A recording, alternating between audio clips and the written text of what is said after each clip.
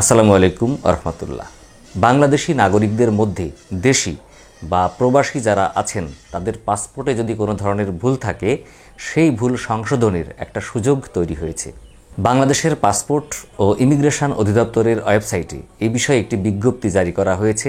তার আলোকে বাংলাদেশে যে সকল নাগরিকদের পাসপোর্টের নামের বানানের ভুল, পিতামাতার নামের বানানের ভুল বা জন্ম তারিখের ভুল রয়েছে, এই ভুলগুলো সংশোধনের জন্য আবেদন করতে পারবেন। এবং এই পাসপোর্ট হোল্ডাররা বাংলাদেশে অবস্থান করুন না কেন বা বিশ্বের অন্য কোনো দেশে প্রবাসী হিসাবে অবস্থান করুন না কেন, সকলেই এই আবেদন করতে পারবেন। তো আমরা এখন বাংলাদেশের পাসপোর্ট ও ইমিগ্রেশন অধিদপ্তরের ওয়েবসাইট থেকে সরাসরি এই বিজ্ঞপ্তিটা দেখব এবং সেখানে কি কি শর্ত বা কি কি টার্মস কন্ডিশন বলছেন সেই বিষয়টি সরাসরি সেখান থেকেই দেখে নেব। বাংলাদেশের নাগরিকদের পাসপোর্টের ভুল বা কোনো তথ্য সংশোধনের জন্য যে বিজ্ঞপ্তিটি জারি করা হয়েছে সেই বিষয়টি সম্পর্কে জানতে হলে প্রথমে আমাদের প্রবেশ করতে হবে বাংলাদেশের ইমিগ্রেশন ও পাসপোর্ট অধিদপ্তরের নিজস্ব ওয়েবসাইট www.dip.gov.bd এখানে। তারপর এখান থেকে আমাদের সরাসরি চলে যেতে হবে নোটিশ বোর্ডে। নোটিশ বোর্ডে গেলে এখানে দেখতে পাবো লাস্টে একটি নোটিশ দেওয়া আছে।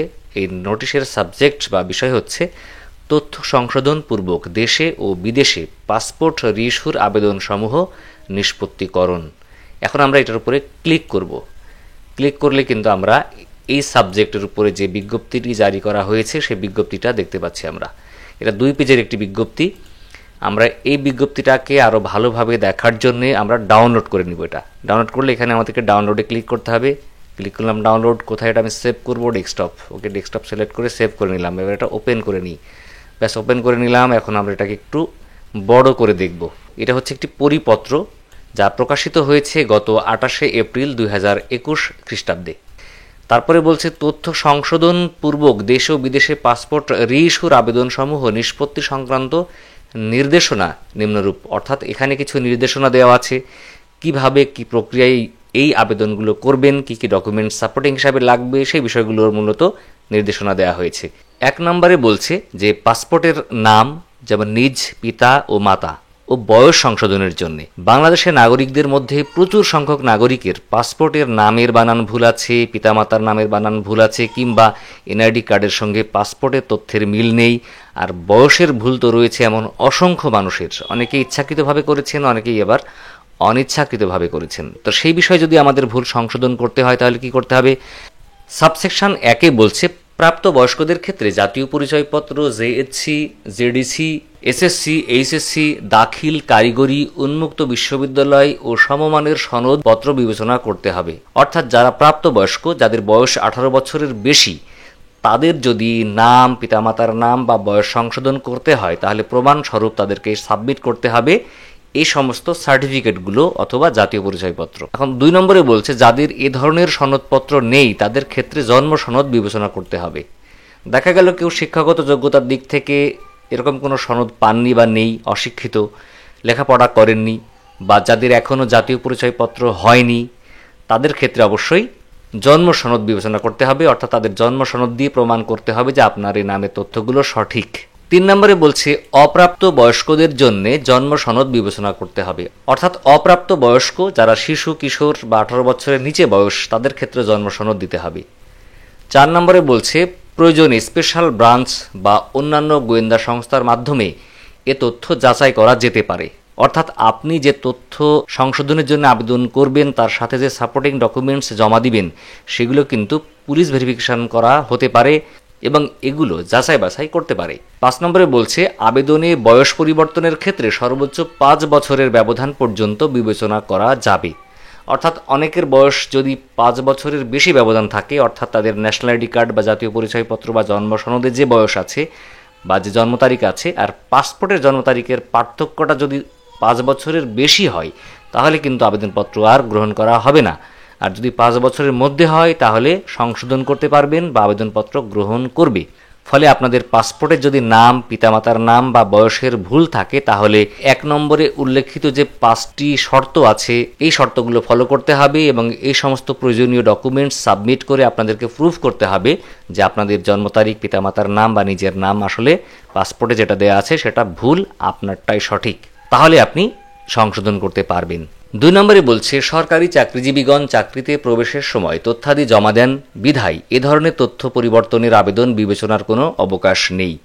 তবে সরকারি চাকরিজীবী যারা চাকরির পূর্বে পাসপোর্ট করেছেন তাদের প্রমাণক পরীক্ষা নিরীক্ষা পূর্বক তথ্য সংশোধন করা যেতে পারে।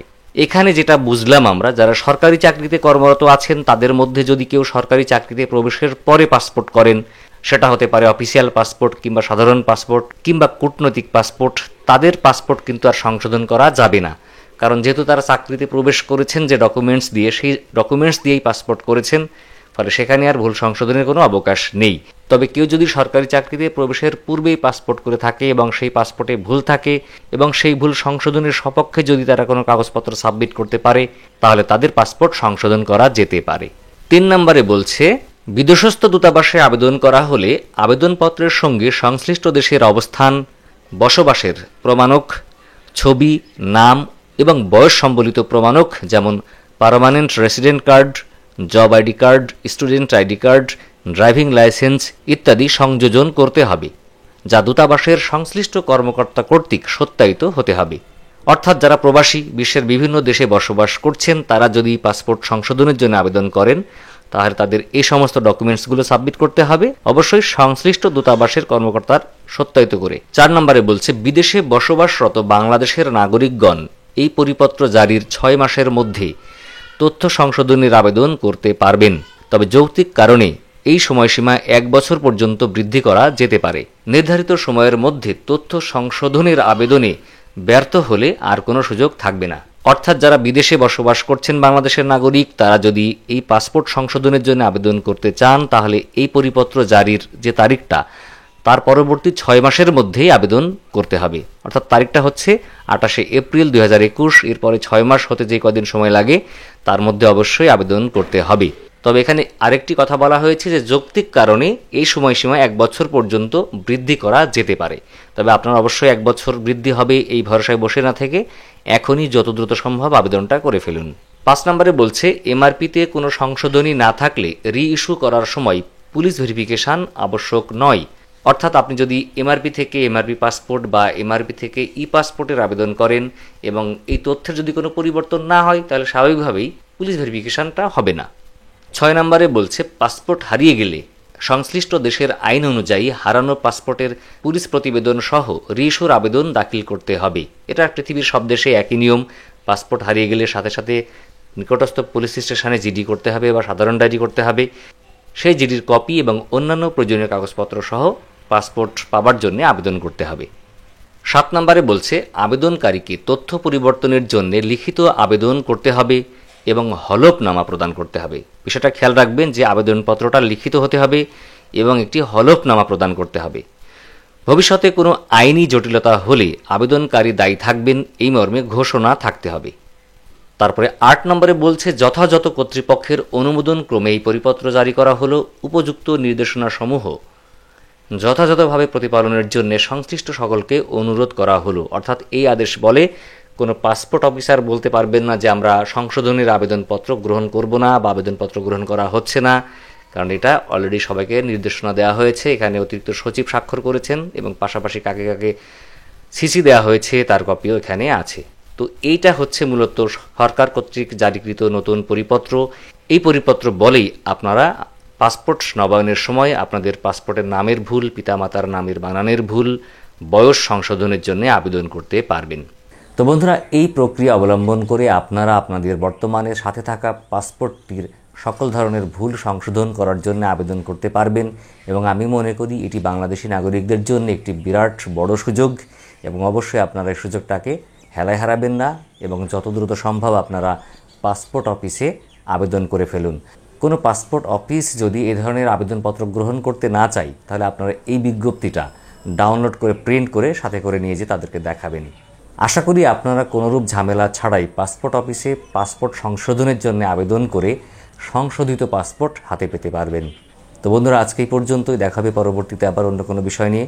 ততদিন ভালো থাকবেন। যারা ফেসবুকে আমাদের ভিডিও দেখছেন, ভিডিও ভালো লাগলে শেয়ার করে অন্যকে দেখার সুযোগ করে দিবেন এবং আমাদের চ্যানেলকে লাইক ও ফলো করে আমাদের সাথে থাকবেন। এতক্ষণ আমাদের ভিডিওটি দেখার জন্য আপনাদেরকে অসংখ্য ধন্যবাদ। আল্লাহ হাফিজ। আসসালামু আলাইকুম ওয়া রাহমাতুল্লাহ।